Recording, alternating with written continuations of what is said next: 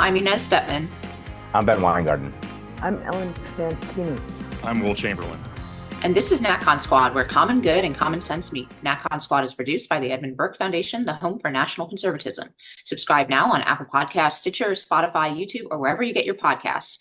Okay, so we're kicking it off here with a discussion of the Trump administration's first 100 days, what we think went well, to the extent that we have criticisms.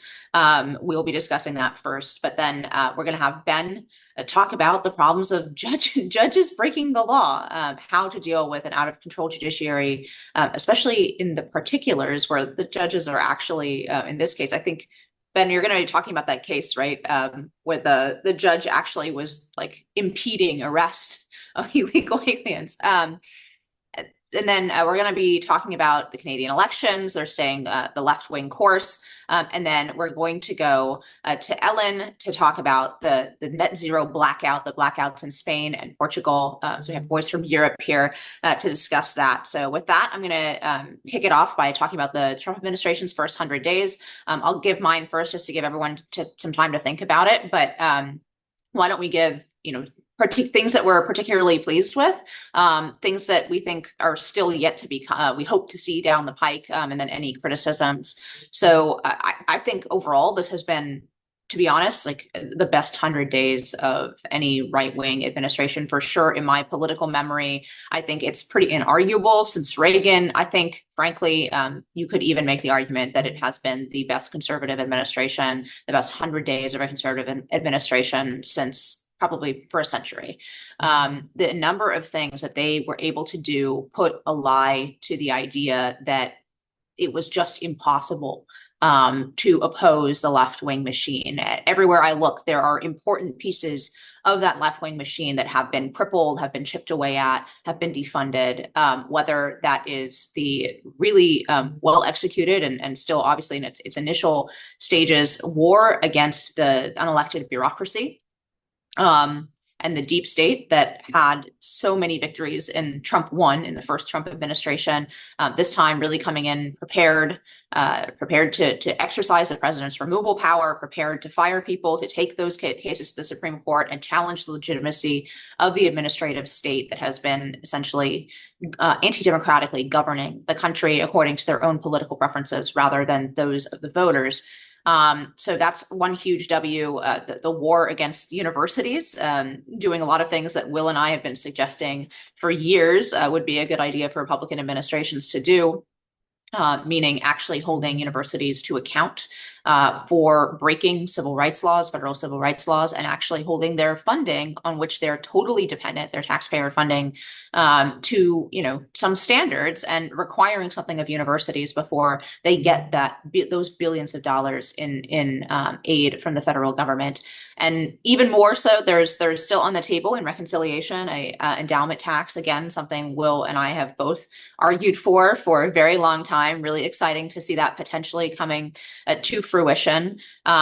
But really just in 1,000 other ways, knocking out, I've just, mentioned the two pieces that I interact with the most as a policy wonk, right, which is the administrative state and the universities. But there have been defunding of NGOs. There has been obviously the huge moves on the border to stop the influx of illegal aliens coming into the country. There have just been so many victories in terms of actually tackling this left-wing machine, that had a public component to it, had a private component to it, even though heavily government funded. For the first time in my political lifetime, I feel like the left has to have taken a step back. Not that they won't be back and that they aren't going to fight back against these things, but that we are actually notching victories that are not just like sort of gloss or maybe like a sort of emotional victory of winning an election, but actually dismantling the machine that has made it seem like left-wing tilt in our politics was inevitable for so long.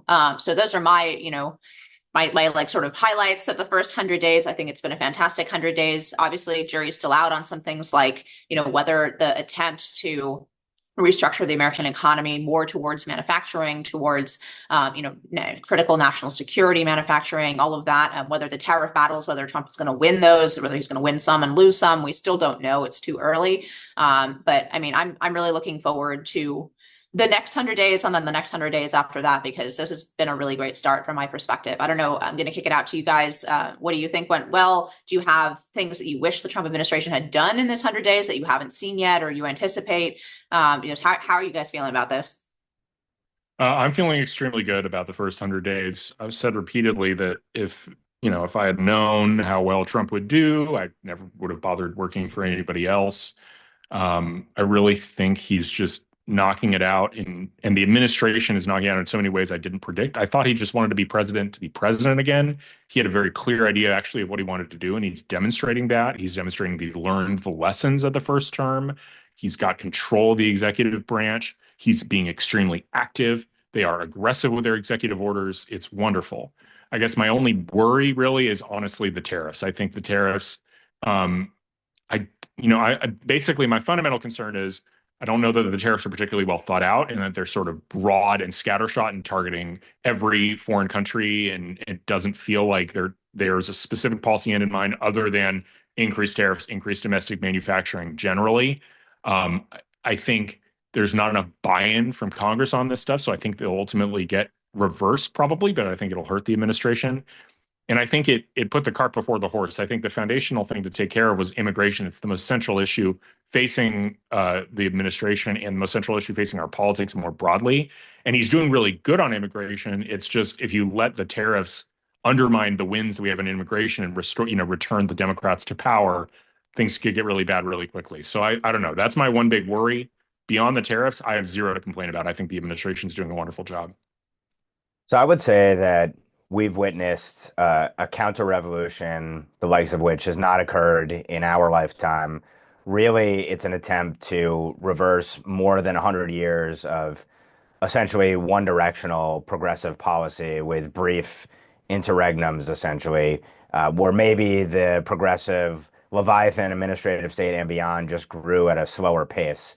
But what we've seen, I think, is really across the board in a whole slew of areas, starting with, I think, the singular achievement of stemming the tide of illegal immigration and now rapidly trying to actually reverse its effects, grapple with the consequences, and do these first sort of tiered or prioritized deportations as part and parcel of a mass deportation regime. And that has to be the singular achievement because you don't have a country, essentially, if you don't have the borders.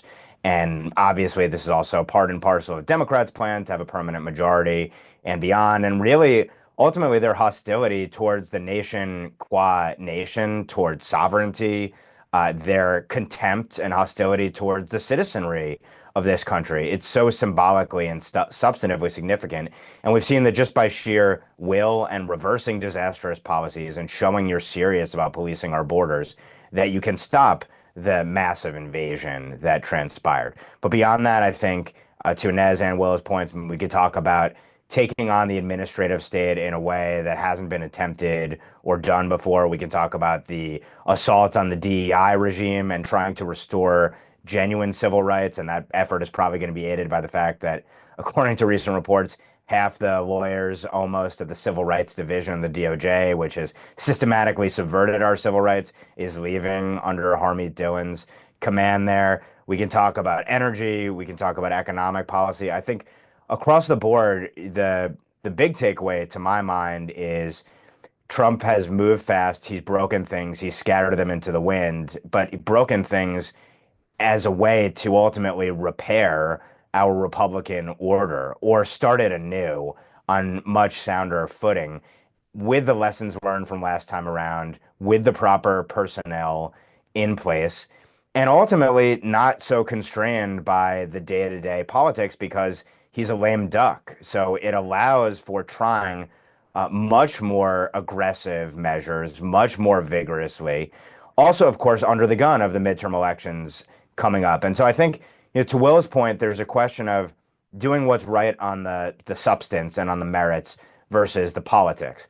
We know that the politics are a problem in Congress to some extent in terms of codifying the agenda and ensuring that it lasts beyond President Trump too. And then we also know, obviously, the Supreme Court and the courts more broadly are potentially going to pose substantial headwinds. So we'll see if the other two branches are compliant or not. I think, the media has done a bang up job of trying to fearmonger over the tariffs. I still think ultimately, really, they're more about the geopolitical confrontation with China than anything else. But Will may well be right that the lack of popularity, in part due to the media coverage of it, and constantly harping on prices are going to go up and it's going to cause dramatic adjustments for all these companies, despite the fact that I think this is in part a bargaining technique. It's to separate the wheat from the chaff. It's ultimately to get to a world where we have lowered tariff and non-tariff barriers, which is going to lead to an even greater economic boom and prosperity for the American people, plus the reshoring, plus the isolating and alienating of communist China as part of a generational confrontation against them. Still, that it may hurt ultimately going into the midterm elections, and there will obviously be consequences to that. So we'll see how the politics shakes out. But on the merits, I think the administration has done a remarkable job. And where I think we have to kind of wait and see is on the national security and foreign policy side. So obviously China is preeminent there, and the administration is doing things to try and alienate and isolate China. And China has to some extent already folded in response to the tariffs and showed us that they have real vulnerabilities and they can't sustain essentially their kind of Potemkin economy without US buy-in to some extent. And then beyond that, obviously the Russo-Ukrainian war.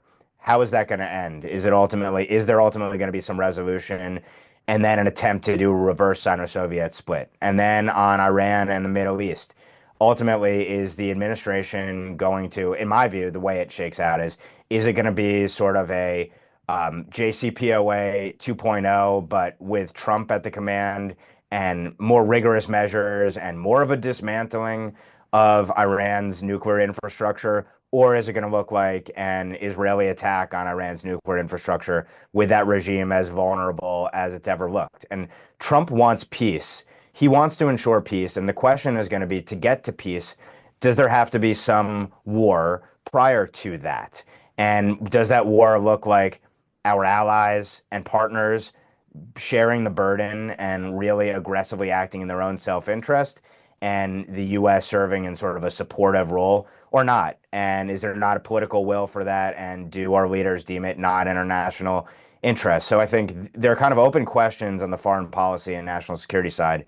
But I think domestically, it's been a remarkable job of doing everything the administration can with every power at its disposal, constrained as it is in a million different ways, to try and achieve a counter-revolution. I think that's been remarkably successful so far, and I do think our adversaries have been kept at bay as a consequence of the strength of the administration to date.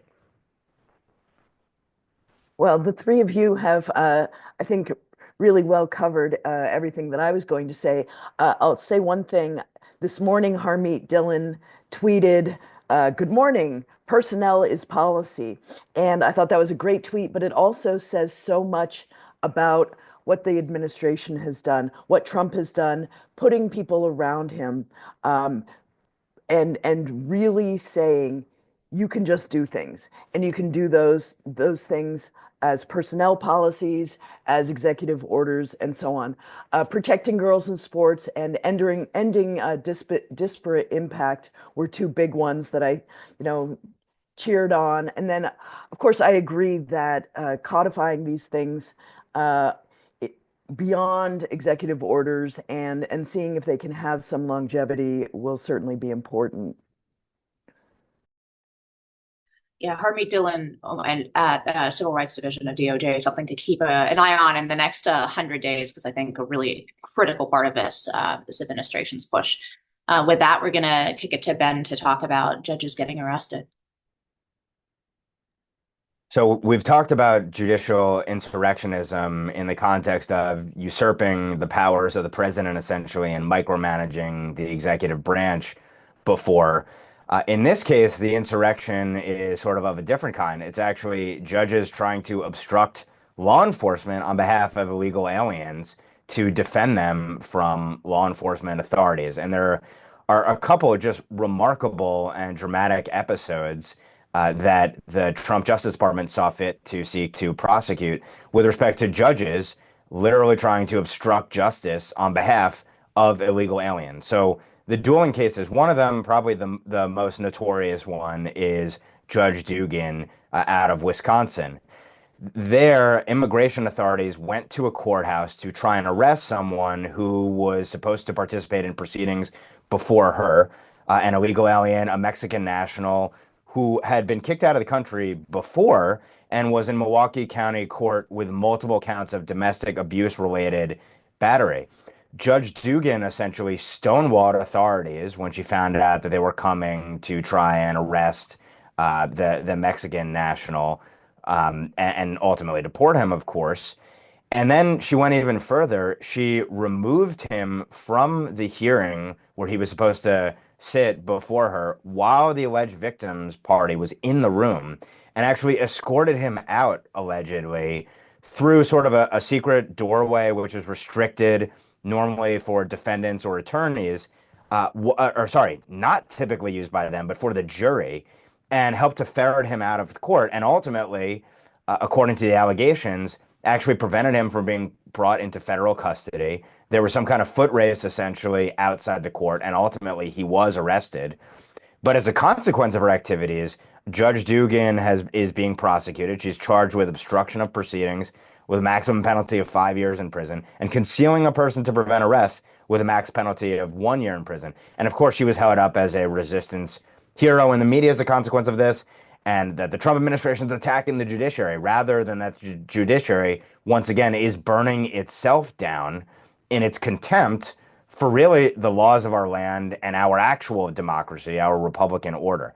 And there's another case which has gotten probably less national billing, but there might even be more intrigue there potentially, where a judge who had sat and served on the Donna Ana County Magistrate Court, and I believe this is in New Mexico, he and his wife were both charged essentially for trying to help an illegal alien, a Venezuelan national, allegedly with Tren de Aragua ties, to obstruct justice. So what did they do? Apparently, this individual who is being prosecuted for being an illegal alien and possessing firearms here, which is punishable by up to 15 years in prison, he was reportedly living in a guest house on their property and essentially serving as a handyman.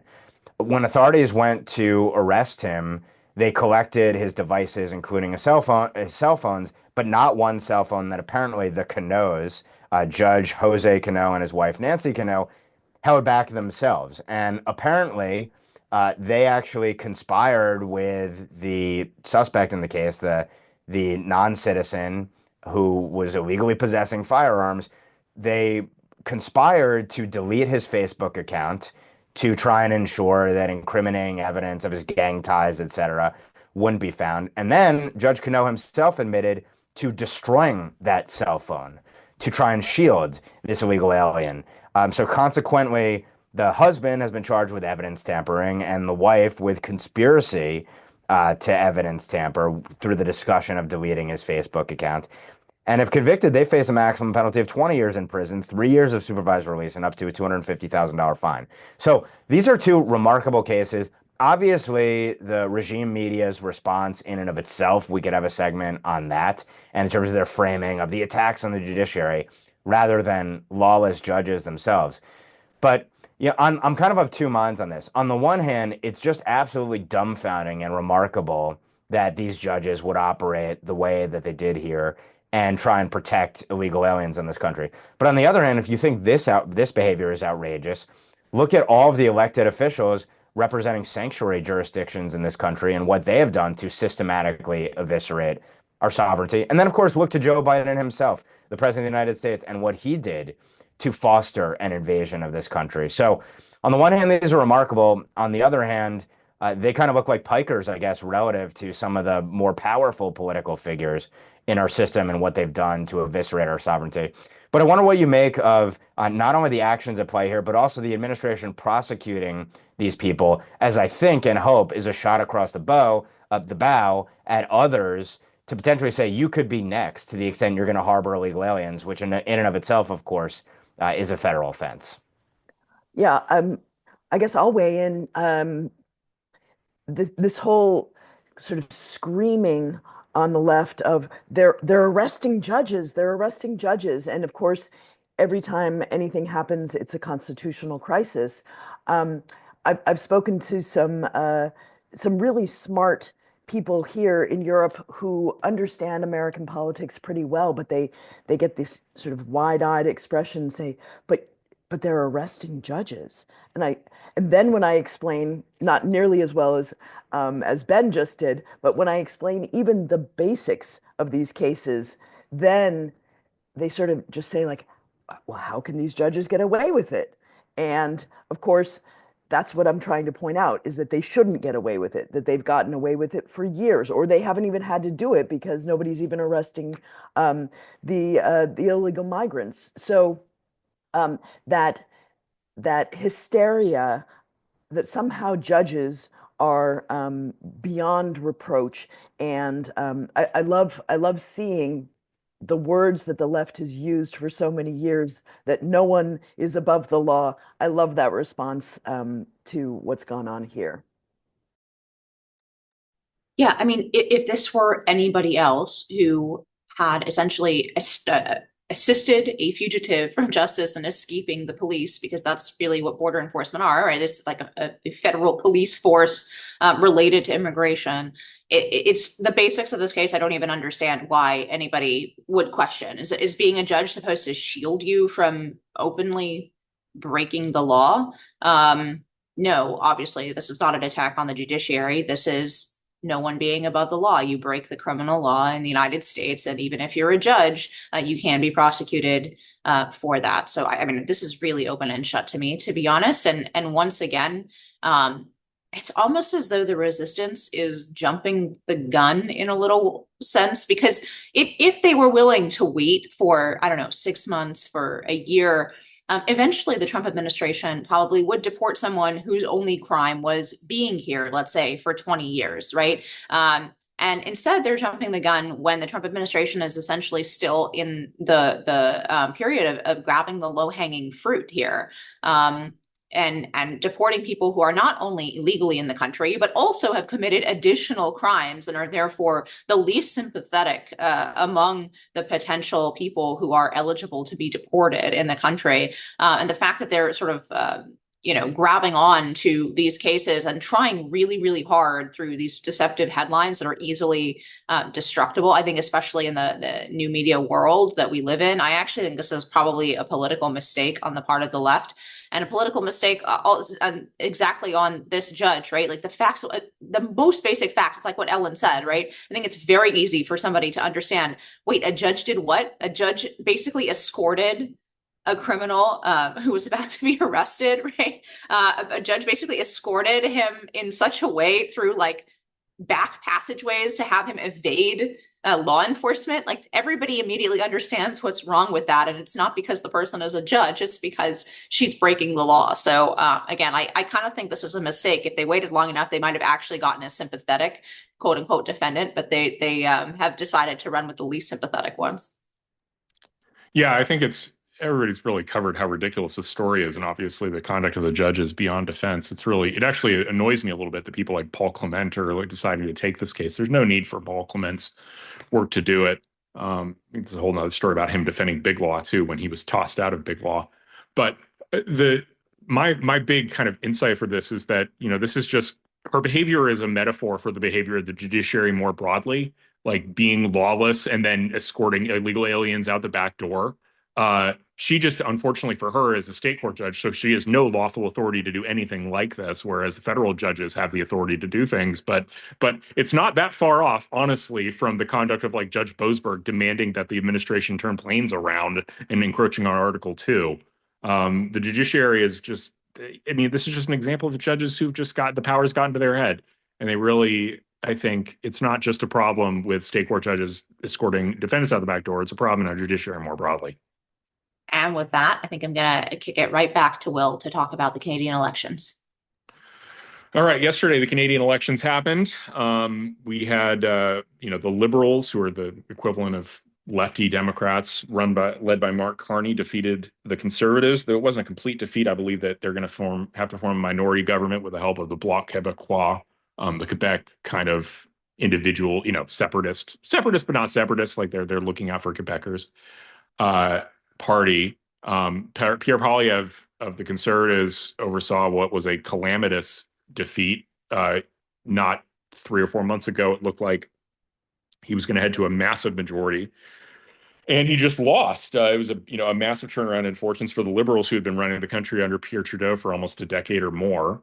There's a lot of reasons that I think Poilievre screwed up, but I think this is more actually a story, and I think it's underplayed, of the left in Canada getting its act together more than it was the Conservatives falling apart. Even when Poilievre was winning, it was because the left was split between Trudeau's Liberals and the farther left New Democrats, run by this ridiculous figure named Jagmeet Singh. And they were splitting the vote of the left in Canada.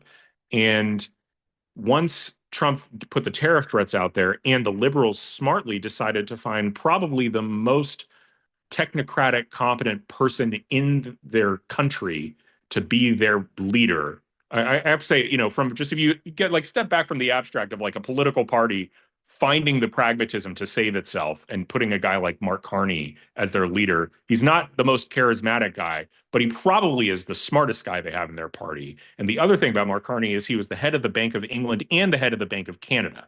So you're looking for a guy who's, knows a lot about economics, very intelligent. I mean, he believes the same crazy social liberal stuff that the rest of them do, but it's an act of self-saving from the Canadian Liberals, which I was impressed by. I don't think Trump really helped Poilievre by like picking this fight with the Canadians over tariffs. Certainly, like they probably would blame Trump for all this, but at the same time, it's not clear that we should really care that much about that. If anything, it actually improves our negotiating position vis-a-vis Canada. If the Canadians want to nominate, elect the Liberals again, despite the fact they've had zero GDP growth over the past decade under their governance, fine. Moreover, I don't think anybody in the Republican caucus has any time for Canadian Liberals, and we really don't care for them. So, if you wanted to put Trump in a stronger negotiating position vis-a-vis Canada, this is how you do it. Yeah, briefly, I'd say, again, regime media narrative is sort of Trump did this, and this is a direct response to the tariffs, and look at how well the conservative was doing until the tariff fight came along. But to your point, one takeaway from analysts who are far closer to the intricacies of Canadian politics than I am, but whose view I trust on this, have argued that a major difference in this election from past ones is that the parties on the left did have their act together. They didn't split the vote.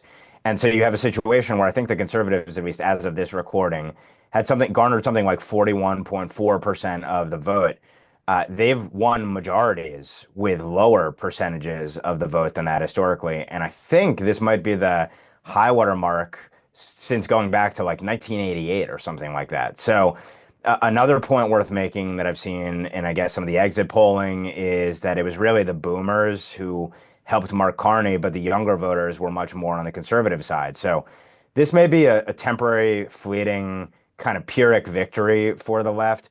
Obviously, you're going to have the progressive globalists, and this is a globalist par excellence who was elected there, and they're going to trumpet this as, see, the populist nationalists, they lost. They're not winning everywhere. So they can point to this as the one isolated circumstance that goes against the trend. But again, I think this may only be temporary, but also this is more of a commentary on the Canadians, I think, than the rest of the Western world. And I think it's going to serve to their detriment. This is going to be Trudeau, but more competent and on steroids, potentially more competent in a disastrous direction for them. So, and then lastly, to your point, I think in terms of our domestic politics, this probably will ultimately play pretty well for Trump. It may well improve our negotiating position. And ultimately, all of the maladies that have persisted in Canada are only going to get significantly worse under this leadership. So it's a shame for the Canadian people and what would otherwise be a great country.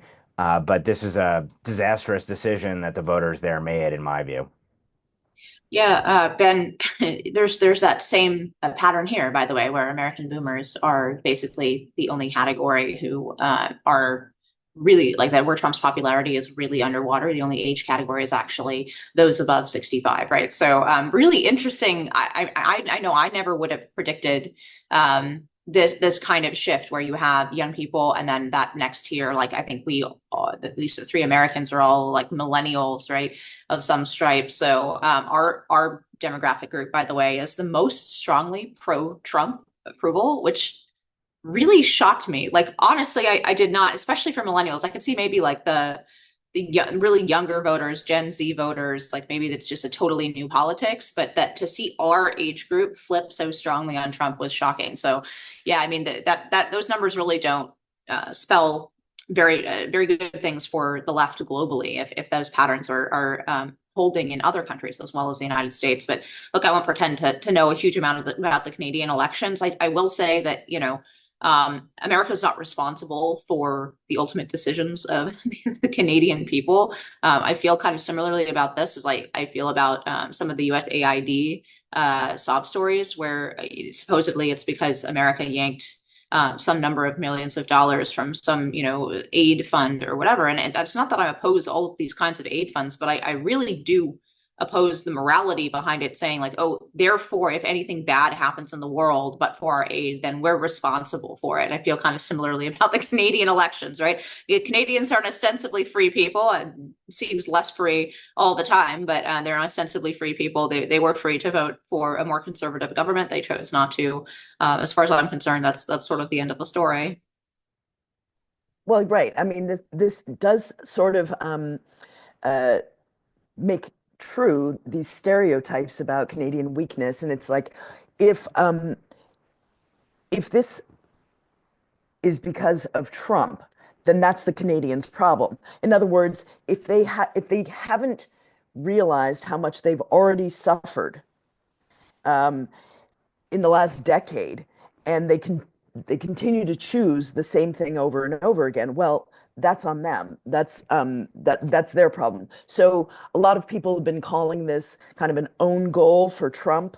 Like Trump wasn't running for any position in Canada. This was an own goal for Canadian voters, as far as I'm concerned. And I'm going to get right back to Ellen to talk about the blackouts in Spain and Portugal. Okay, so a week ago on April 22nd, Spain publicly bragged about hitting its first workday of 100% renewable energy on the national grid. And then 6 days later, on Monday, the 28th, so yesterday, as we're recording, a complete blackout hit Spain and Portugal. This wasn't just a power failure, it was a screaming indictment of net zero crazy policies. So, socialist Prime Minister Pedro Sanchez and his followers across the Iberian Peninsula plunged 60 million people into chaos. And I think it's also a cautionary tale because there are other European countries and, of course, even US states that are barreling toward the same cliff. So, what happened?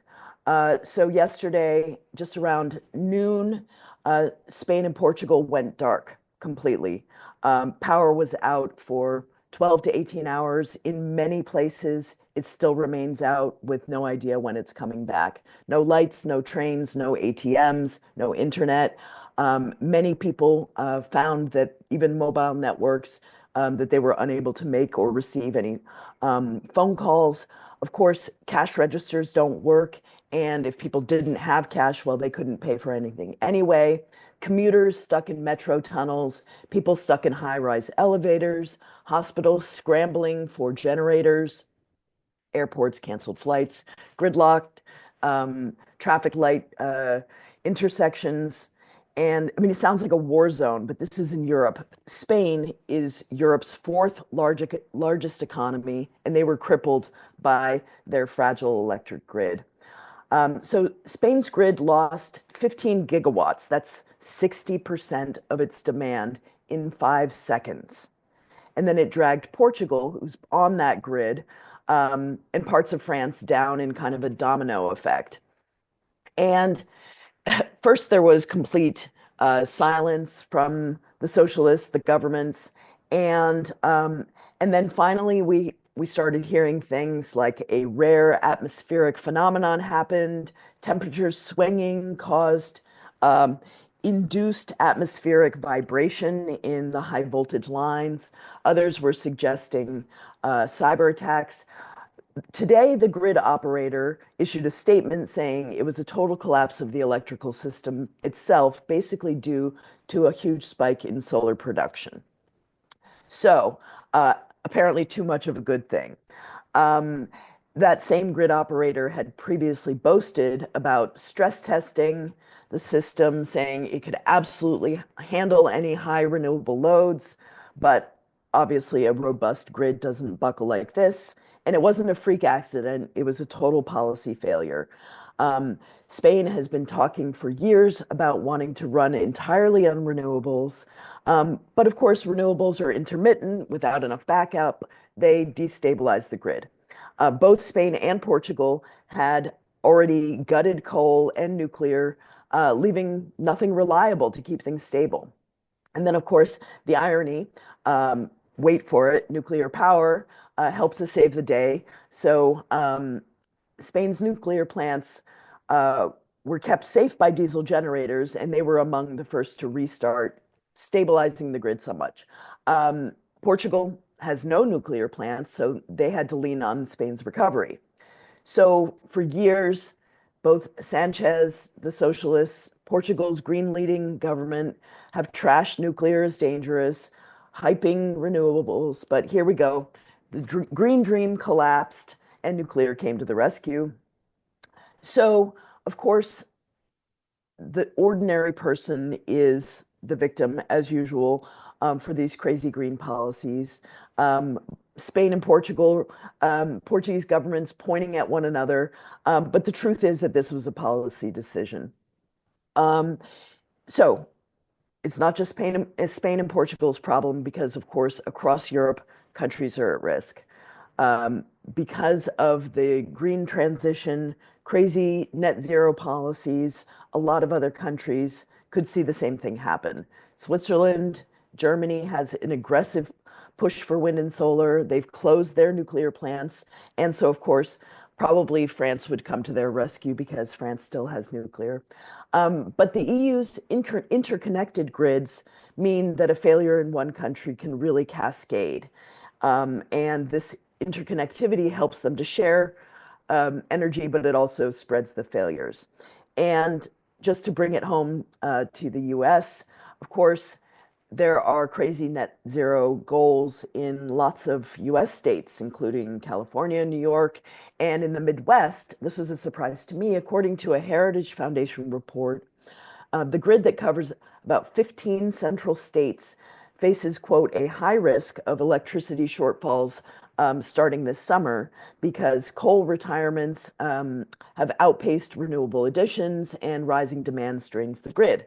So states that think they want to be as green as Europe are risking quite a lot. So betting on renewables without a plan B, trashing nuclear and coal puts everyone at risk. And so my question actually to the group is, at what point are people going to get the message? So does it need to be more blackouts? Do people need to die in blackouts? How long do the blackouts need to be before people say, okay, actually, we should probably diversify our energy supply? What do you think?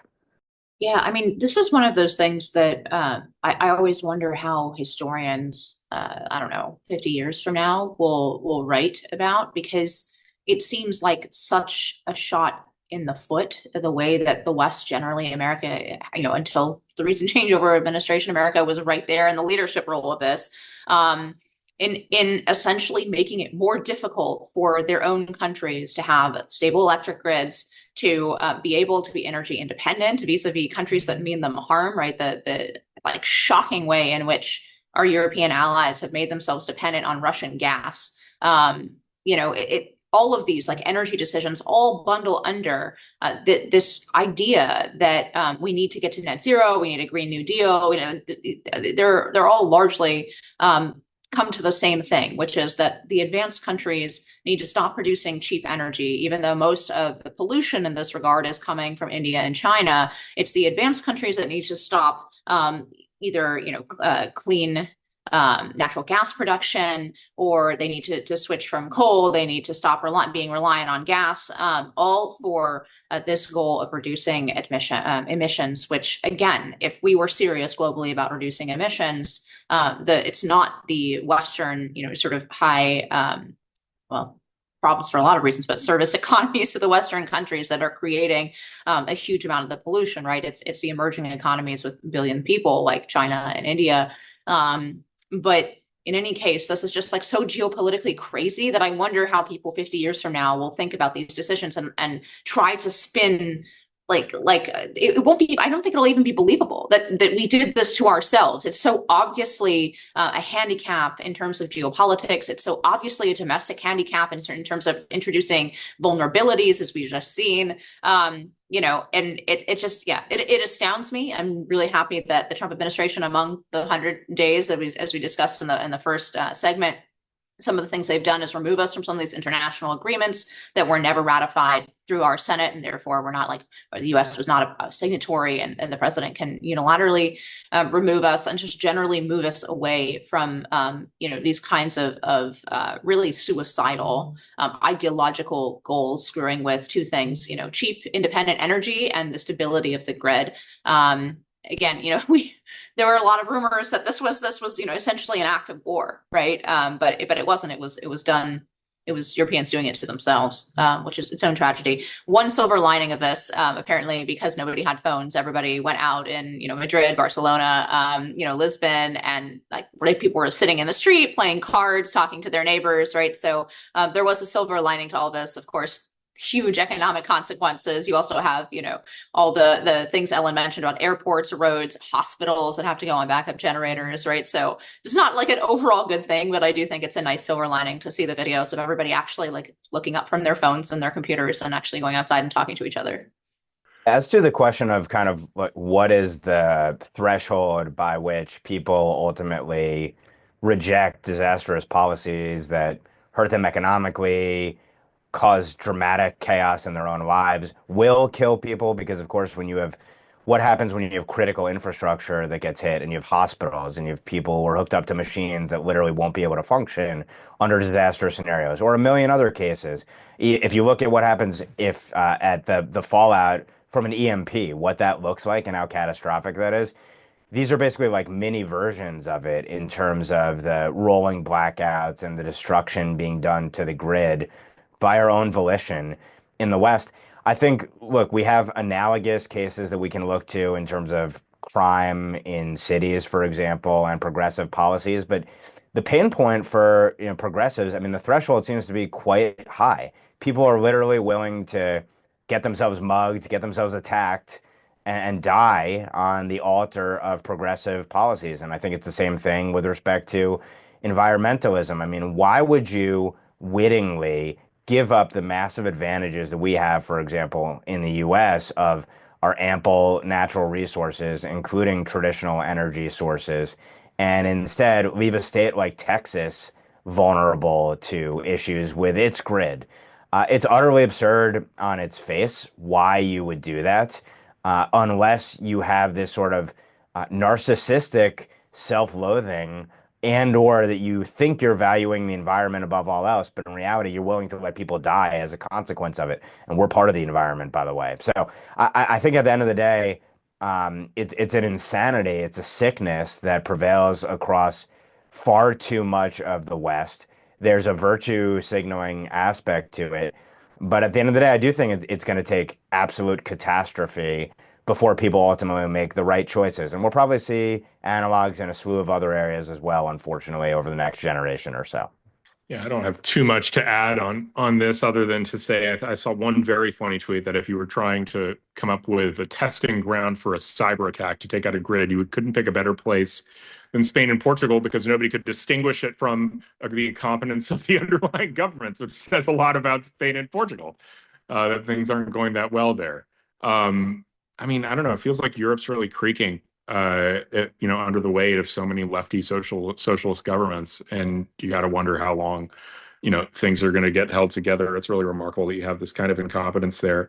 It's not to say that we're not totally invulnerable to that. We've had some ridiculous events in our own country, but it still feels like things work a little bit better here than they do in Europe. Now we're going to turn to final thoughts, and to avoid the Mexican standoff situation, I'll go ahead and kick it off with my own.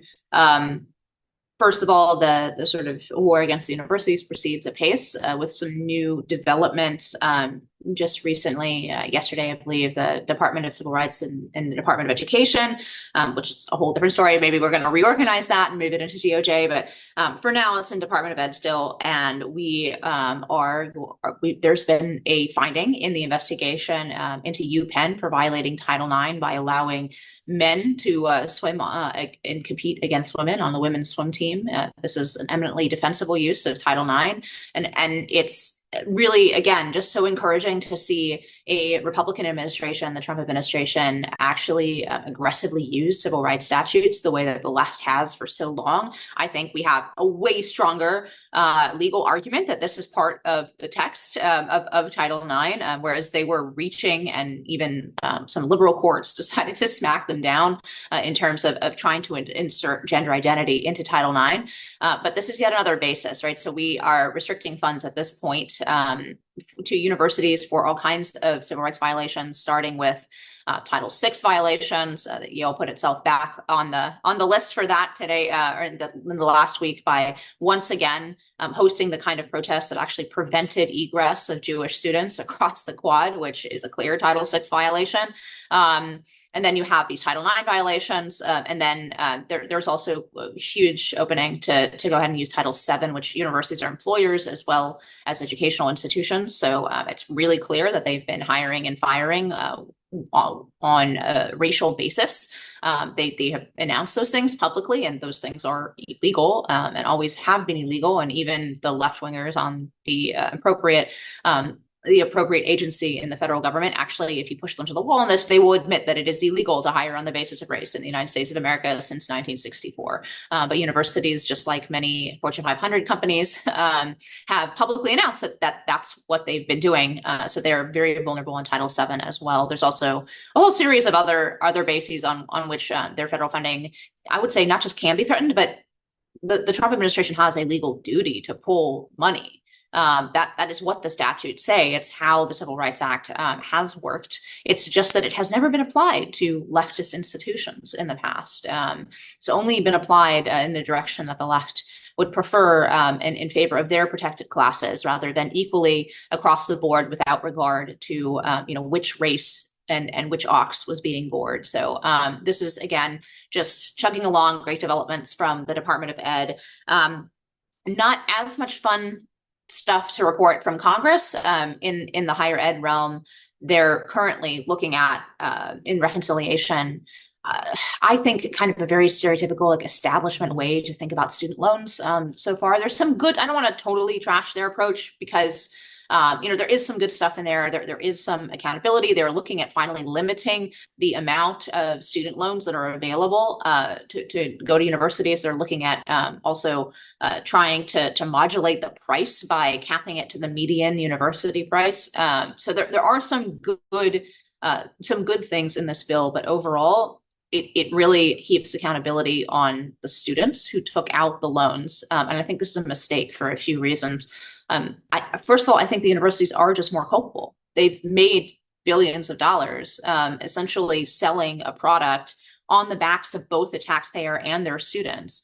They're admitting academically unprepared students. A huge part of our student loan crisis are the 4 in 10, almost half of entering freshmen who do not graduate in 6 years. Right. So universities are getting their money up front, but the way that they have treated students is approaching on predatory in terms of the way that they've gotten their money on the front end and stuffed students with loans on the back end.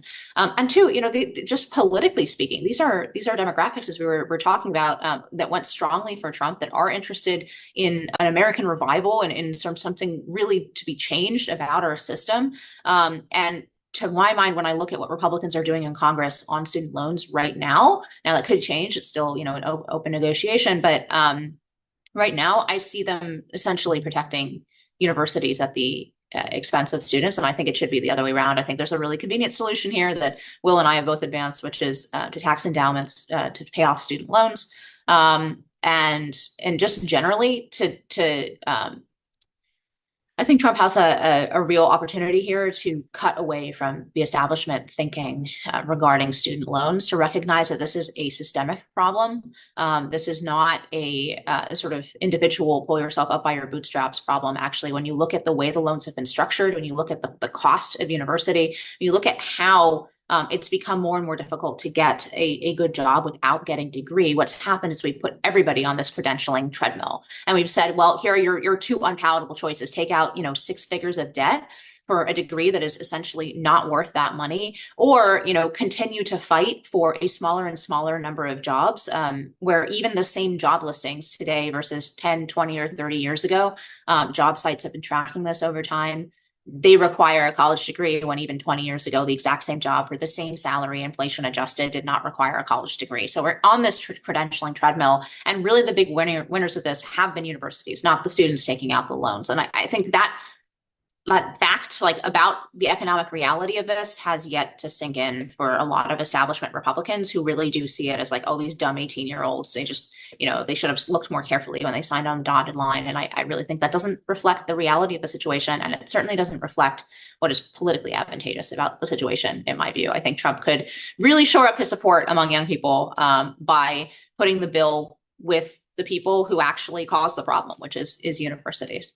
So that's my long 2 cents at the end of your final thoughts. So everybody else, your final thoughts, and then we'll wrap it up.